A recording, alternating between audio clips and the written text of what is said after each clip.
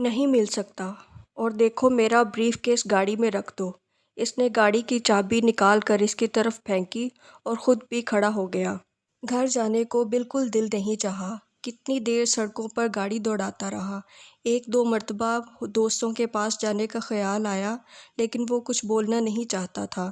بس اعصاب پرسکون ہو جائیں پھر وہ یکسوئی سے سوچ سکے گا۔ ابھی تو سر درد کر رہا تھا۔ چائے کی طلب شدید ہوئی تو وہ ایک ریسٹورانٹ میں چلا آیا۔ پوری پرسکون ماحول میں ایک کپ چائے نے واقعی اس کے اعصاب پر اچھا اثر ڈالا۔ دوسرے کپ سے پہلے اس نے سگریٹ سلگائی اور سامنے دیکھا تو فارینہ اور خاور بیٹھے تھے۔ اس نے سر جھٹک کر دوبارہ اور سہ بارہ دیکھا۔ شاید یقین نہیں آ رہا تھا، اور جب یقین آیا تو اس کے اندر آگ بھڑک اٹھی۔ وہ لڑکی لاکھ اس سے کوئی ناتا کوئی واسطہ نہ رکھے اس ازلی رشتے کو کبھی نہیں توڑ سکتی تھی جو ان دونوں کو ایک دادا کی اولاد ظاہر کرتا تھا، اور اسی نیت سے اس کی غیرت جوش کھا رہی تھی۔ بہت کوشش کی اس نے خود پر قابو پانے کی، لیکن کامیاب نہیں ہوا تو فارینہ کے سر پر آ کھڑا ہوا۔ فارینہ، گھر چلو۔ بظاہر سیدھے سادے لہجے میں بلا کی سختی تھی۔ جب ہی کچھ سٹپٹا کر فارینہ نے پہلے خاور کو دیکھا اور پھر اسے دیکھ کر بولی، میں چلی جاؤں گی۔ نہیں، ابھی میرے ساتھ چلو۔ اس نے پیشانی پر بے شمار شکنیں ڈال کر کہا تو وہ دانت پیس کر بولی، میں تمہارے ساتھ نہیں آئی، تم جاؤ یہاں سے۔ نہیں، میں تمہیں لے کر جاؤں گا۔ وہ اسے اٹھانے کے لیے اس کی کلائی پکڑنا چاہتا تھا، لیکن اس سے پہلے اس نے دونوں ہاتھ نیچے کر لیے اور تلملا کر بولی، یہ کیا بدتمیزی ہے، گھر چلو ورنہ۔ وہ انتہائی غضبناک ہو کر بولا، اور اگر یہ پبلک پلیس نہ ہوتا تو وہ ہرگز مرغوب ہونے والی نہیں تھی۔ تماشا بننے کے ڈر سے خاور کو آنکھوں میں اشارہ کرتے ہوئے اٹھ کھڑی ہوئی، پھر تیز قدموں سے اس سے پہلے ہی باہر نکل گئی۔ اس نے ایک نظر خاور پر ڈالی لیکن بولا کچھ نہیں، اور فارینہ کے پیچھے باہر آیا تو وہ دونوں بازو سینے پر لیٹے غالباً اس کی گاڑی کی تلاش میں نظریں دوڑا رہی تھی۔ چلو، وہ اس کے قریب رکا نہیں، چلو کہتے ہوئے گاڑی کی طرف بڑھ گیا، اور جب وہ اس کے ساتھ آ کر بیٹھی تو خلاف توقع کچھ نہیں بولی، جبکہ اس کے چہرے اور ہر انداز سے ظاہر ہو رہا تھا کہ وہ بے حد تلملا رہی ہے۔ آنکھوں سے غصہ جھلک رہا تھا۔ وہ اس کی طرف دیکھے بغیر اس کی کیفیت محسوس کر رہا تھا، اور خیال تھا کہ وہ اچانک پھٹ پڑے گی، لیکن اسے مسلسل خود پر ضبط کرتے دیکھ کر وہ خود ہی کہنے لگا، تم شاید یہ کہنا چاہتی ہو کہ میں کون ہوتا ہوں تمہارے معاملات میں دخل دینے والا۔ وہ ہونٹ بھینچ کر شیشے سے باہر دیکھنے لگی تو قدرے توقف سے وہ پھر کہنے لگا، مجھے واقعی کوئی حق نہیں تمہارے معاملات میں دخل دینے کا۔ اگر خاور کی جگہ کوئی اور شخص تمہارے ساتھ ہوتا تو میں ہرگز تمہیں اٹھا کر نہ لاتا، کیونکہ نئے ساتھی کے انتخاب کا تم نہ صرف حق رکھتی ہو بلکہ تمہیں آزادی بھی حاصل ہے، جبکہ خاور تمہاری زندگی سے نکل چکا ہے، اور اب اس سے ملنا جلنا ہر لحاظ سے ناقابل معافی جرم ہے۔ وہ خاموش تھی، اور وہ ایک نظر ویو مرر میں اسے دیکھ کر کہنے لگا، ہاں، اگر بچے کا کوئی مسئلہ ہے جو تمہارے خیال میں تم اور خاور مل کر حل کر سکتے ہو، تب بھی تم دونوں کے درمیان کسی تیسرے شخص کا ہونا ضروری ہے، یا پھر پہلے اپنے ماں باپ سے اجازت لو۔ کیا چچا جان اور چچی جان کو معلوم ہے کہ تم اس وقت خاور کے ساتھ تھیں؟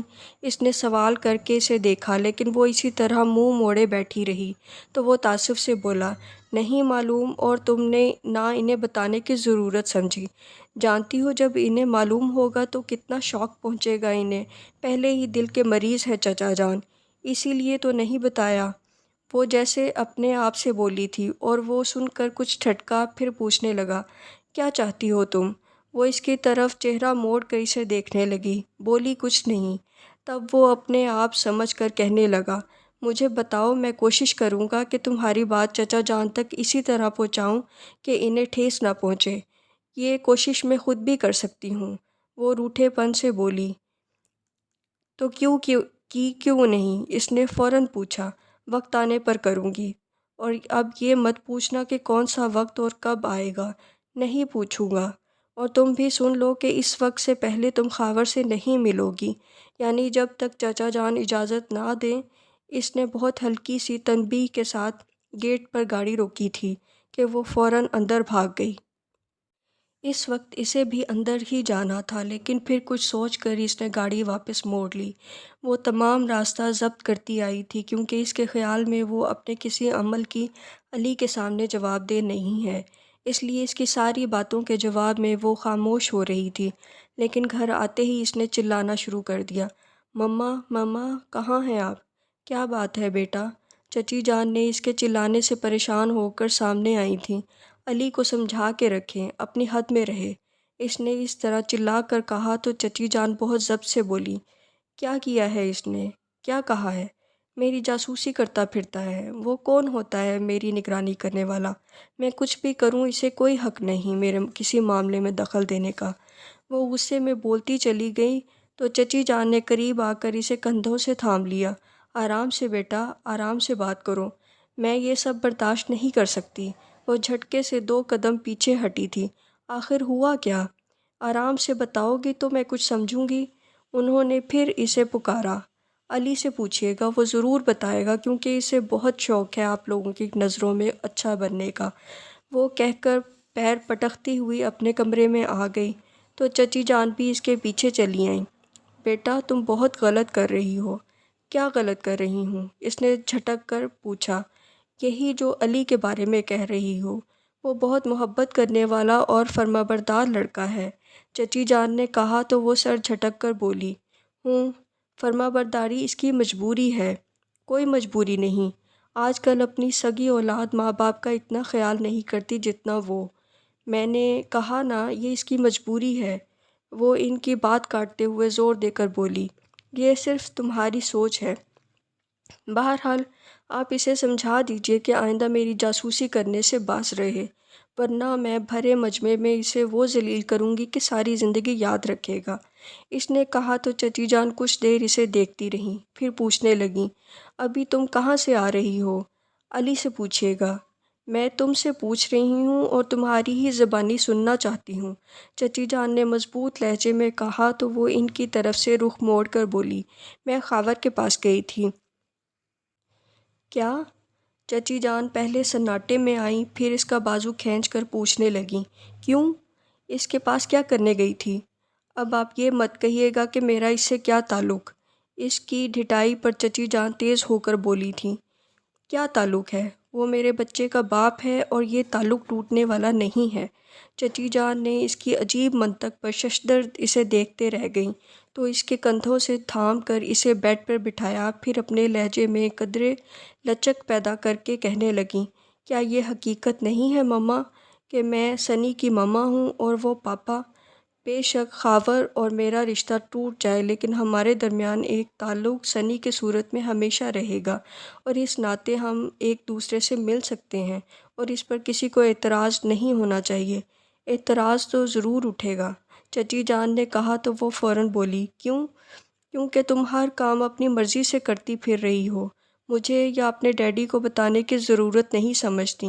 چچی جان ناراضگی سے بولی تھیں، مجھے پتہ ہے آپ اور ڈیڈی بھی مجھے کسی بات کو منع نہیں کریں گے۔ یہ مت کہو، چچی جان ٹوکتے ہوئے تعصب سے بولیں، یوں کہو کہ ہمارے منع کرنے کے باوجود تم باز نہیں آؤ گی۔ اوہو، ایک تو آپ، بس بیٹا میں تمہیں نہیں سمجھا سکتی لیکن میں تمہارے ڈیڈی سے ضرور کہوں گی۔ چچی جان کہتے ہوئے اٹھ کر چلی گئیں تو وہ اپنے آپ جھنجھلانے اور تلملانے لگی، اور اس کی یہی غلطی تھی کہ وہ کسی بھی ٹوکنے کا اتنا اثر لیتی تھی، بجائے اپنی غلطی تسلیم کرنے کے اسی غلط بات پر اڑ جاتی تھی۔ دیکھتی ہوں کون روکتا ہے مجھے، اور علی، اسے تو میں ایسا مزہ چکھاؤں گی کہ یاد کرے گا۔ وہ بری طرح کھول رہی تھی۔ صبح ناشتے کی میز پر چچا جان بھی موجود تھے۔ آج ان کی طبیعت کافی بہتر تھی اور غالباً ان کا آفس جانے کا بھی پروگرام تھا۔ فارینہ نہیں آئی؟ چچا جان نے فارینہ کی خالی چیئر دیکھا، پھر پروین سے بولے، فارینہ سے کہو آ کر ناشتہ کر لے۔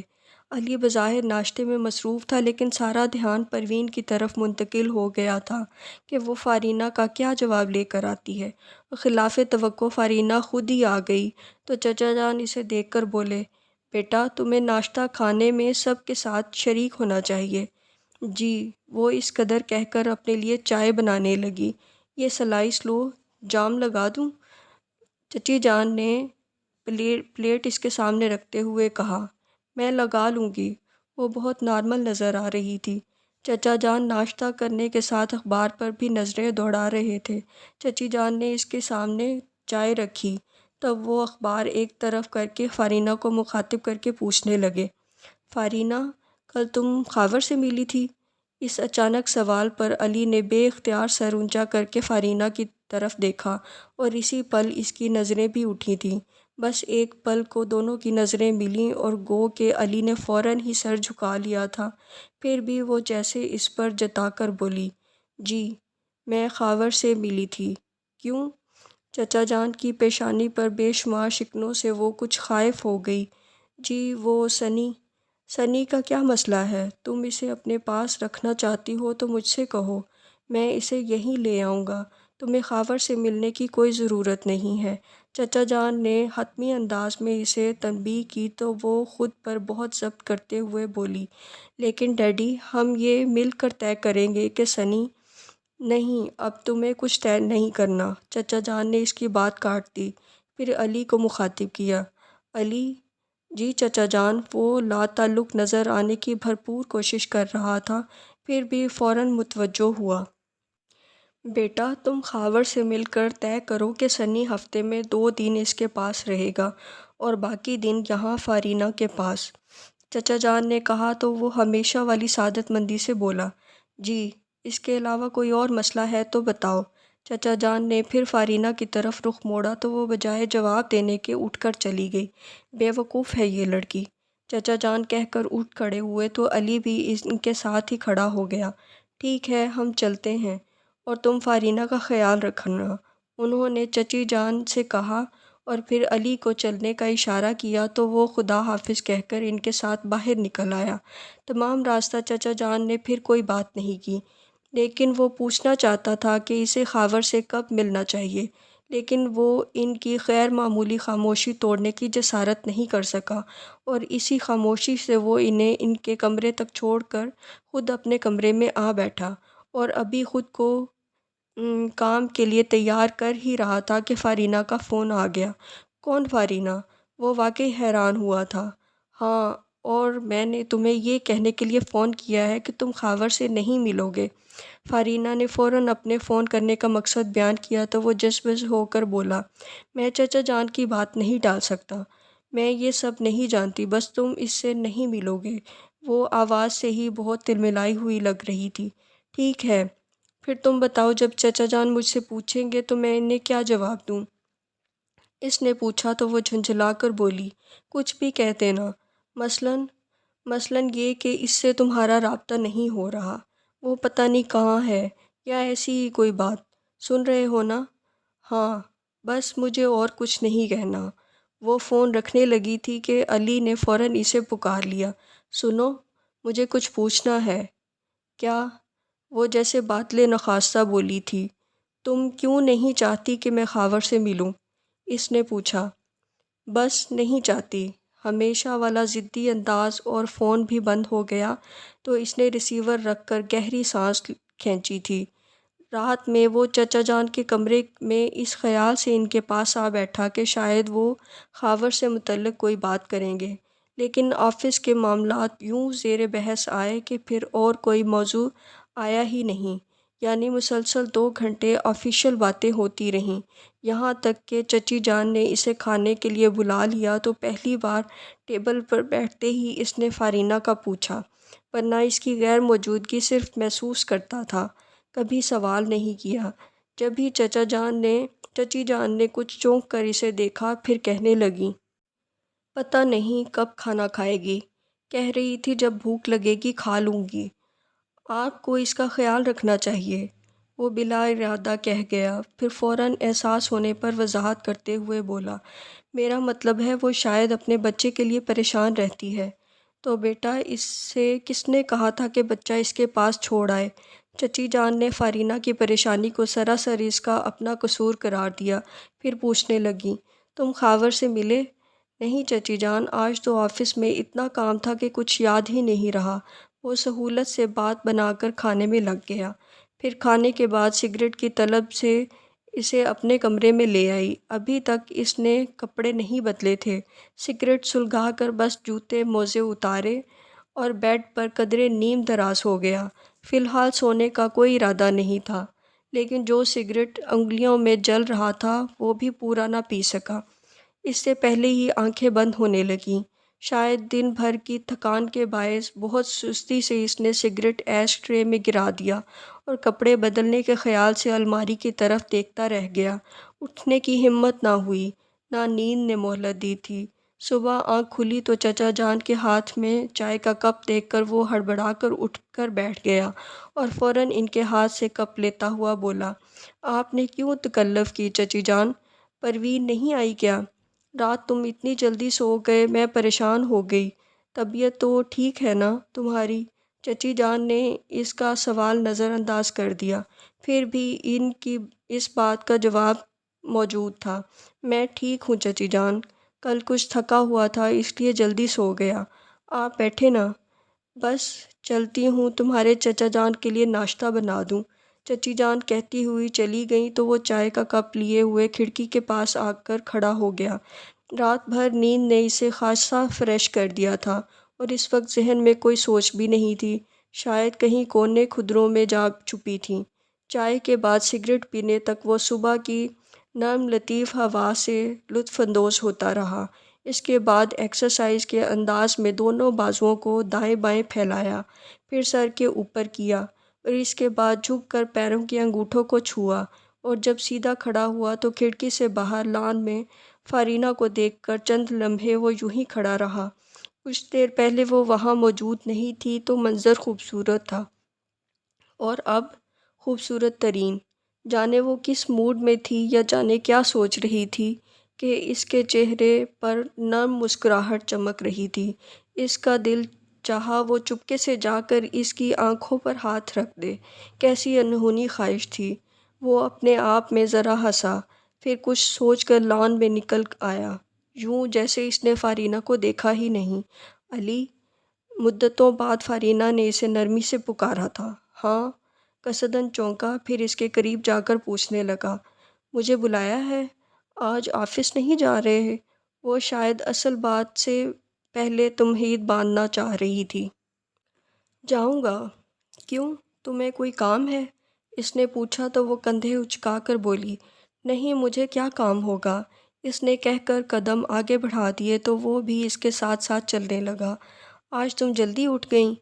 بس آنکھ کھل گئی تو اٹھ گئی خلاف عادت، وہ بہت آرام سے جواب دے رہی تھی، جس سے وہ اندر ہی اندر حیران ہو رہا تھا۔ اب سارا دن کیا کرو گی؟ تمہارے خیال میں مجھے کیا کرنا چاہیے؟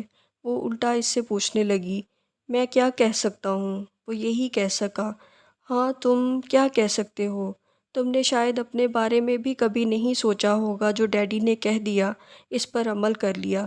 وہ جاتے جاتے اس پر جتا گئی تھی کہ اس کی اپنی کوئی سوچ نہیں ہے، اور اس بات سے وہ خاصا بددل ہو کر واپس اپنے کمرے میں آیا اور آفس جانے کی تیاری کرنے لگا۔ کچھ دیر بعد وہ تیار ہو کر کمرے سے نکلا تو چچا جان لاؤنج میں بیٹھے نظر آئے، آفس کے لیے تیار، لیکن ان کا چہرہ کل شام کی نسبت مرجھایا ہوا لگ رہا تھا۔ جب ہی وہ رک کر کہنے لگا، میرا خیال ہے چچا جان ابھی کچھ دن آپ آرام کریں۔ بہت آرام کر لیا بیٹا، جاؤ تم ناشتہ کرو۔ چچا جان بولے تو ان کا لہجہ بھی غیر معمولی طور پر تھکا ہوا، کمزور یا ٹوٹا ہوا تھا۔ اس نے شدت سے محسوس کیا لیکن کچھ بولا نہیں، اور ان کے کہنے پر سیدھا ڈرائنگ روم آ ٹپکا۔ چچی جان موجود تھیں، فارینہ غائب، اور اس نے اس کے بارے میں نہیں پوچھا، چپ چاپ بیٹھ کر ناشتہ کرنے لگا۔ کچھ دیر بعد اسے محسوس ہوا کہ سارے منظر میں صرف ایک وہی متحرک ہے، باقی ہر شے ساکن۔ فوراً چچی جان کو دیکھا، وہ گمسم بیٹھی تھیں۔ وہ کچھ ٹھٹکا، کچھ حیران ہوا، پھر دھیرے سے پکار کر بولا، چچی جان، کیا بات ہے؟ ہوں۔ چونکتے ہوئے ان کے ہونٹوں سے گہری سانس خارج ہوئی، پھر پوچھنے لگیں، تم کچھ کہہ رہے ہو؟ آپ کیا سوچ رہی تھیں؟ اس نے ان کے ہاتھ پر ہاتھ رکھ کر پوچھا۔ کچھ نہیں۔ تم نے چائے نہیں پی؟ انہوں نے فوراً بات بدل دی، اور اسے کریدنے کی عادت نہیں تھی، پھر یہ بھی جانتا تھا کہ چچی جان اس سے کچھ چھپاتی نہیں ہیں۔ ابھی نہیں تو بعد میں بتا دیں گی۔ لیکن 2-3 دن گزر گئے۔ چچا جان بھی چپ چپ سے تھے اور چچی جان بھی اپنے آپ پریشان پھر رہی تھیں اور اس سے زیادہ انتظار نہ کر سکا۔ اس شام آفس سے لوٹا تو اسی مقصد سے چچی جان کے پاس آ بیٹھا۔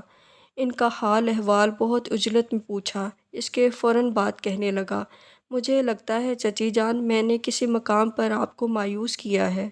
چچی جان، اب آپ کو مجھ پر بھروسہ نہیں ہے، یہ کیسی بات کر رہے ہو؟ چچی جان نے چونک کر ٹوکا۔ میں کیوں تم پر بھروسہ نہیں کروں گی؟ میرے اپنے بیٹے ہو تم۔ تو پھر جلدی سے بتائیے کہ کیا بات ہے، کیوں اتنی پریشان ہیں آپ اور چچا جان بھی؟ اس نے ان کے دونوں ہاتھ تھام کر پوچھا تو وہ کچھ رک کر بولیں، کچھ سمجھ میں نہیں آتا، کیا بتاؤں تمہیں؟ فارینہ نے پریشان کر کے رکھ دیا ہے۔ کیا کہتی ہے؟ وہ بے صبری کا مظاہرہ کر گیا۔ کہتی ہے دوبارہ خاور سے شادی کروں گی۔ جی؟ وہ ایک دم سناٹے میں آ گیا۔ چچی جان کے ہاتھوں پر اس کی گرفت کمزور پڑ گئی۔ انہیں سہارا دینے بیٹھا تھا، خود کو سنبھالنا مشکل ہو گیا۔ زندگی کو کھیل سمجھ لیا ہے اس نے۔ اتنی عقل نہیں ہے کہ جس شخص کے ساتھ پہلے نبھا نہیں ہو سکا تو اس سے دوبارہ۔ چچی جان کی آواز کہیں دور سے آ رہی تھی۔ وہ فارینہ کی عقل پر ماتم کرتے ہوئے اسے انتہائی نامناسب قرار دے رہی تھی۔ ساتھ ہی ان کے آنسو بھی بہہ نکلے۔ وہ گم سم بیٹھا تھا۔ جب چچی جان کے آنسو اس کے ہاتھوں پر گرے تب اس کے ساکت وجود میں ذرا سی حرکت ہوئی اور اپنے ہاتھوں کی پشت پر چمکتے قطرے دیکھے تو ایک دم ہوش میں آ گیا۔ فوراً ان کے آنسو پونچھے، پھر اسی مضبوطی سے ان کے ہاتھ تھام کر بولا، کیوں آپ نے دوبارہ پوچھا نہیں کہ وہ دوبارہ خاور سے شادی کیوں کرنا چاہتی ہے؟ کیا پوچھوں بیٹا، مجھے اس کی سمجھ نہیں آتی۔ کبھی کہتی ہے بچے کے لیے، کبھی کہتی ہے وہ صرف خاور ہی کے ساتھ خوش رہ سکتی ہے۔ چچی جان نے بتایا تو وہ پرسوچ انداز میں انہیں دیکھنے لگا۔ تبھی عقب سے فارینہ کی آواز آئی، ماما میں ذرا باہر جا رہی ہوں، خاور کی طرف۔ غالباً اس پر بعد میں نظر پڑی تو وہ خاور کا نام لے کر جتایا اور وہیں سے جانے لگی کہ وہ ایک دم اس کی طرف گھوم کر بولا، رکو فارینہ۔ وہ جیسے بادل نخواستہ رکی تھی، یہاں آ کر بیٹھو، مجھے تم سے کچھ بات کرنی ہے۔ اس کے لہجے میں حکم تھا، جانے کیا تھا کہ وہ خاموشی سے آ کر بیٹھ گئی۔ چچی جان بتا رہی ہیں کہ تم خاور سے دوبارہ شادی کرنا چاہتی ہو؟ اس نے اسے نظروں کی گرفت میں لے کر پوچھا۔ فارینہ نے کوئی جواب نہیں دیا، لیکن دیکھا ایسی نظروں سے جیسے کہہ رہی ہو، ہاں پھر؟ شاید تم نہیں جانتی، خاور سے دوبارہ نکاح سے پہلے تمہیں جانتی ہوں۔ وہ فوراً بول پڑی، سب جانتی ہوں، تمام مذہبی شرائط سے آگاہ ہوں، اور تم مجھے نہیں ماما کو سمجھاؤ، انہیں سب کچھ ناممکن نظر آ رہا ہے۔ بتاؤ انہیں کہ سب کچھ بھی ناممکن نہیں ہے۔ ہاں لیکن شاید کچھ بھی ناممکن نہیں۔ اس نے دکھ سے سوچا اور گہری سانس لے کر اسے دیکھا۔ اس کے اتنے واضح اعتراف کے بعد اب کیا کہہ سکتا تھا؟ اوکے ماما، میں چلتی ہوں۔ وہ کہتی ہوئی اٹھ کر چلی گئی تو وہ غائب دماغی سے چچی جان کو دیکھنے لگا۔ سنا تم نے؟ اس کے لیے کچھ ناممکن نہیں۔ اس کے دیکھنے پر چچی جان نے کہا تو وہ کتنی دیر سے سینے میں دبی گہری سانس وہ ہونٹوں کی تہ سے آزاد کرتے ہوئے بولا، ناممکن تو واقعی نہیں ہے چچی جان، لیکن وہ غلطی کر رہی ہے۔ دوبارہ خاور کی زندگی میں داخل ہو کر وہ اپنا اصل مقام بھی کھو دے گی۔ اس مرد کی نظر میں اس کی کوئی عزت نہیں رہے گی۔ تمہارے چچا جان بھی یہی کہہ رہے تھے اور اسے سمجھانے کی کوشش بھی کی۔ وہ نہیں سمجھے گی کیونکہ وہ سمجھنا چاہتی ہی نہیں، اس نے سوچتے ہوئے انداز میں کہا، اور چچی جان آئندہ کی فکر کے ساتھ خدشات ظاہر کرتے ہوئے کہنے لگیں، پھر بتاؤ ہم کیا کریں؟ بے شک یہ سب ناممکن نہیں ہے، لیکن اتنا آسان بھی نہیں ہے۔ کوئی شریف آدمی صرف حلالہ کی شرط پر شادی کے لیے تیار نہیں ہوتا، اور اگر کوئی ایسا ویسا مل گیا تو اور مصیبت سر آن پڑے گی۔ وہ اپنی سوچوں سے نکل کر بالکل غیر ارادی طور پر بغور چچی جان کو دیکھنے اور سننے لگا تھا۔ شرائط کی بنیاد پر شادی کرنے والا کبھی قابل بھروسہ نہیں ہو سکتا۔ ایسا شخص اگر کمینگی پر اتر آیا تو فارینہ کی زندگی عذاب ہو جائے گی، اور پھر وہ ادھر کی رہے گی نہ ادھر کی۔ چچی جان ماں تھیں، بولتے ہوئے ایسے کسی تصور سے ہی آبدیدہ ہو گئیں۔ وہ چپ چاپ انہیں دیکھتا رہا۔ چچی جان نے پلو سے آنکھیں صاف کیں، پھر کہنے لگیں، شاید ہم سے کہیں کوتاہی ہوئی ہے یا کسی گناہ کی سزا۔ نہیں چچی جان، ایسا نہیں، ایسا نہ کہیں۔ اس نے ان کے کندھے پر ہاتھ رکھ کر اپنے ساتھ لگا لیا اور کچھ دیر اپنے وجود کا سہارا دے کر انہیں حوصلہ دیا، پھر اٹھ کر ان کے پیروں کے پاس گھٹنے ٹیک کر بیٹھتے ہوئے بولا، فارینہ کیا چاہتی ہے؟ اس بات کو چھوڑیں اور یہ بتائیں کہ آپ کیا چاہتی ہیں؟ میں کیا چاہوں گی بیٹا؟ مجھے فارینہ کی خوشی چاہیے، اور وہ جو سمجھتی ہے کہ خاور کے ساتھ خوش رہے گی تو نادان ہے۔ وہ خوشی کے چند لمحے بھی نہیں ملیں گے اسے، اور اگر بچے کا خیال ہے تو یہاں بھی مل سکتا ہے اسے، مل سکتا ہے نا؟ جی۔ وہ جانے ان کے منہ سے کیا سننا چاہتا تھا، جب بھی بنا سوچے سمجھے جلدی سے جی کہہ کر پھر سوالیہ نظریں ان کے چہرے پر جما دیں۔ بس تو بیٹا، میں یہی چاہتی ہوں کہ کوئی اچھا رشتہ ہو جو اسے بیٹے کے ساتھ قبول کر لے اور وہ نئی زندگی میں خوش رہے۔ گزشتہ زندگی کی طرف پلٹ کر دیکھنا بھی اس کے لیے حماقت ہے، اور تم دیکھ رہے ہو وہ کیسی حماقت کر رہی ہے۔